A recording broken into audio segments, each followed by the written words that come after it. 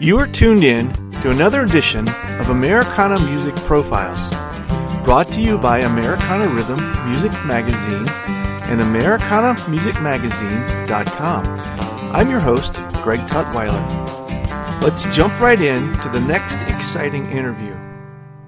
Billy Droze got his start playing music in his father's bluegrass band. At the age of 16, he decided he wanted to do his own thing.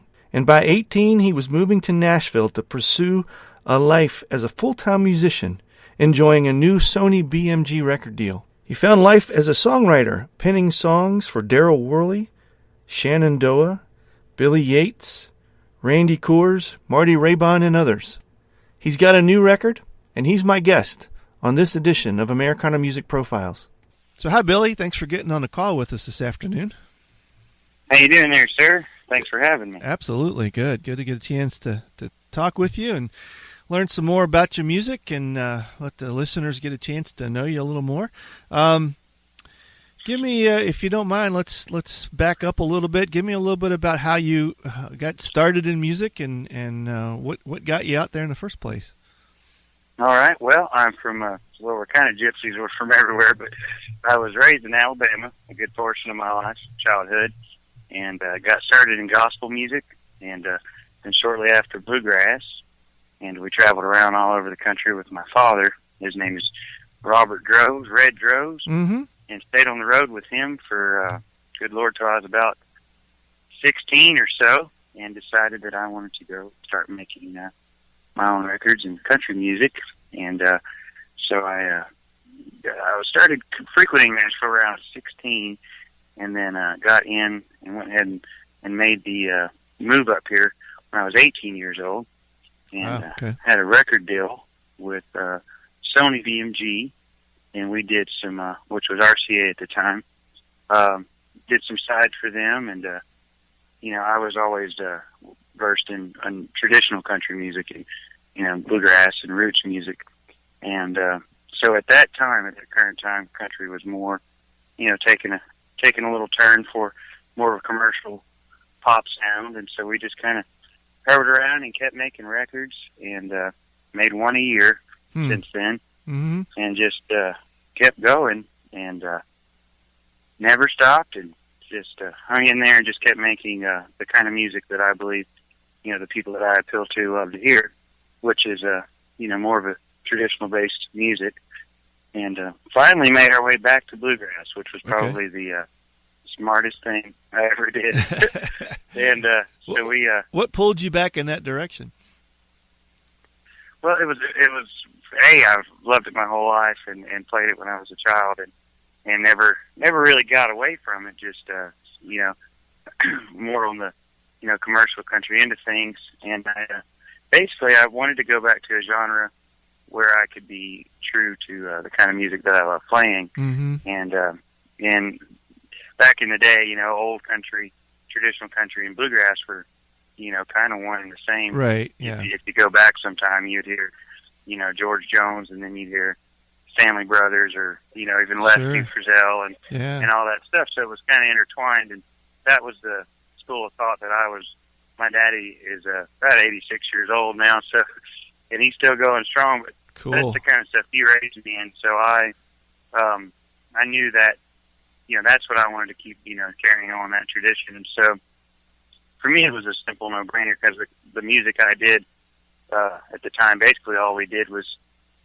put more of a, a grass production back behind it instead of, drums and electric guitars and steel guitars, and just kind of replace those core instruments and lead instruments with, fiddles and banjos and percussive mandolin, and I just fell in love with it again, and just loved doing it. I had a buddy, a longtime friend of mine, that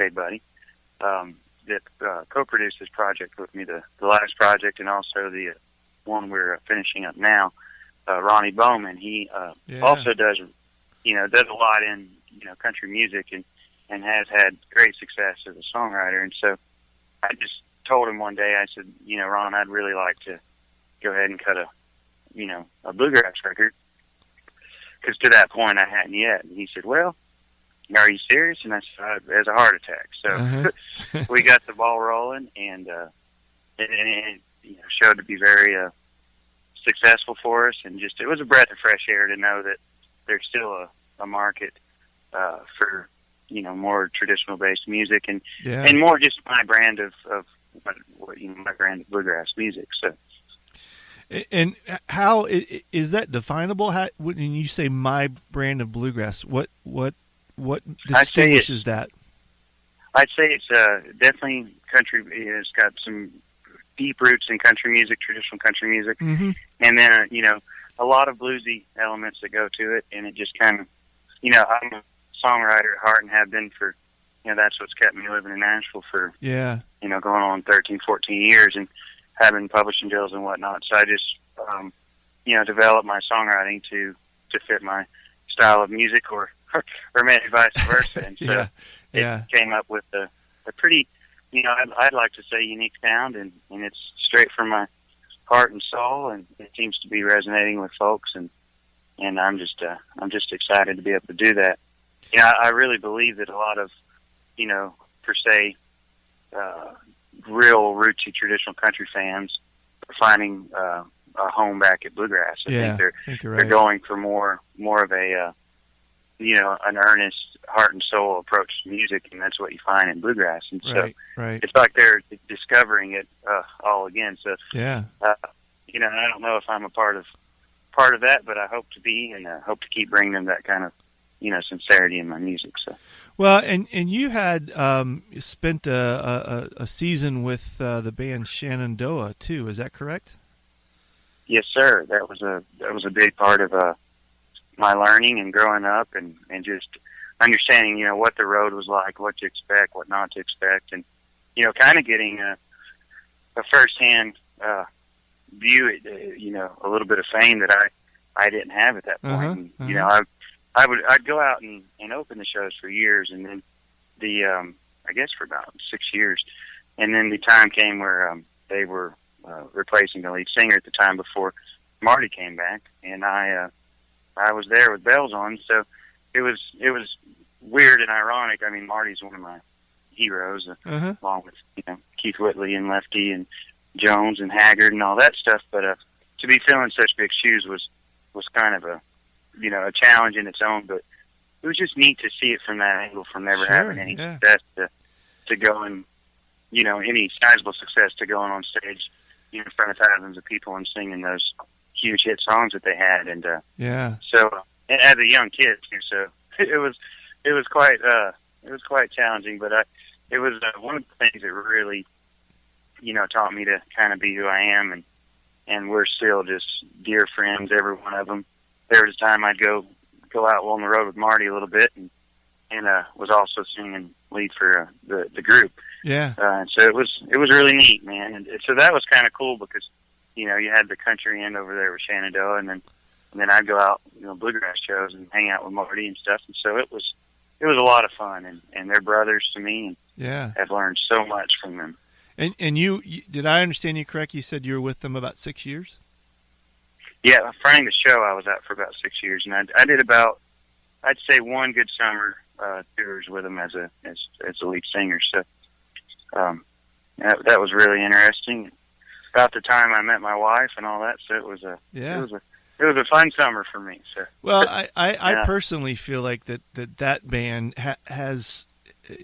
did a lot for country music, but it also kind of felt like that band kind of found a way to straddle the country music feel at the time, but still kind of kept its roots almost in a grassy neat. And so it's neat. Yeah, I mean, like some of their biggest hits were heavily influenced by like kind of, if you will, hoedown, kind of like Next to You, Next to Me with the fiddles. And, I mean, it was and Marty, I mean, from way back was I mean, a lot of them, if you look back in history with like Ricky Skaggs and Marty and Keith Whitley and heroes like that of mine, they all kind of came from bluegrass music, and I think a lot of people that mainstream don't understand that fact that what you're loving and you're hearing is, was originated in one of the purest forms of music, which is, in my opinion, bluegrass. Yeah, no, I agree.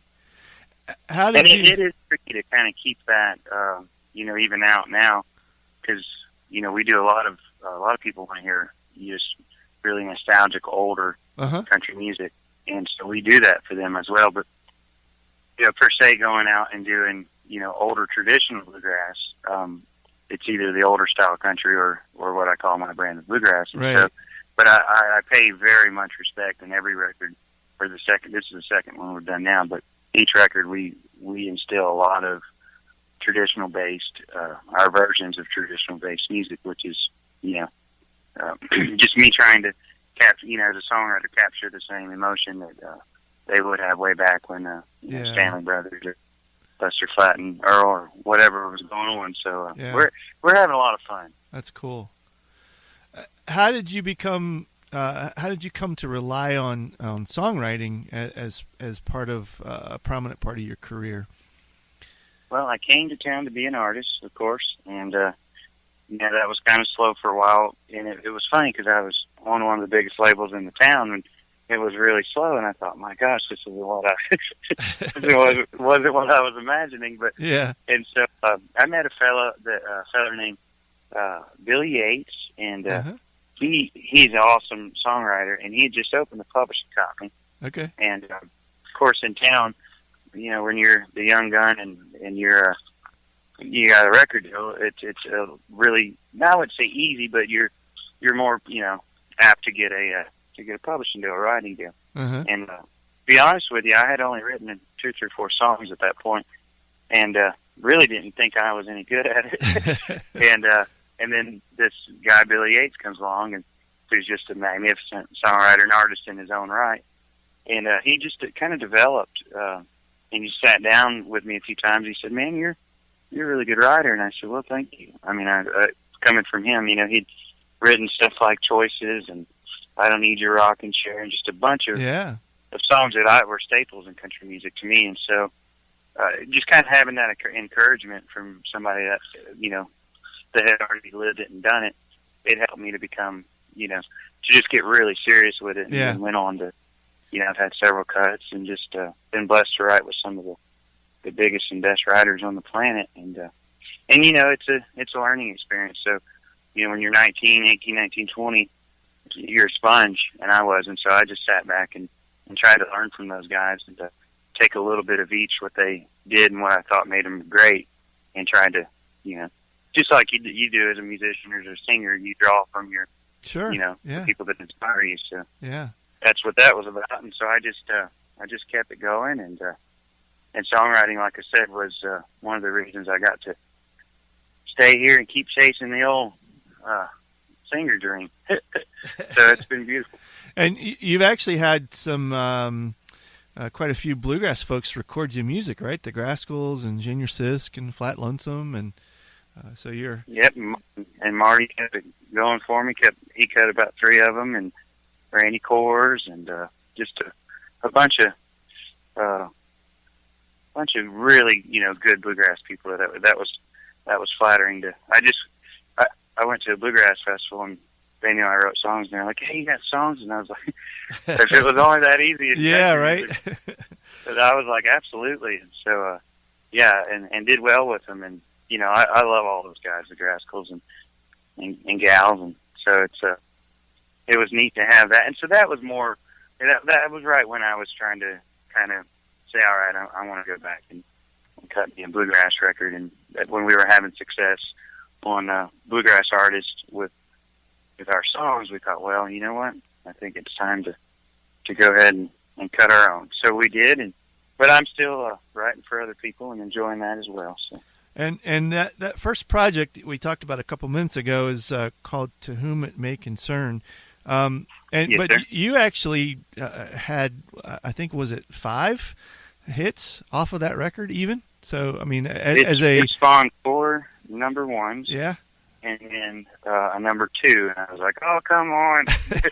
There's one more spot. But, a number 2, a number 5, and then I think the last time I checked was around 13. So 7 chart topping Yeah. guys off that one. So I mean, and that's just, that's to me, it's pure blessing and from the good Lord up above, and I'm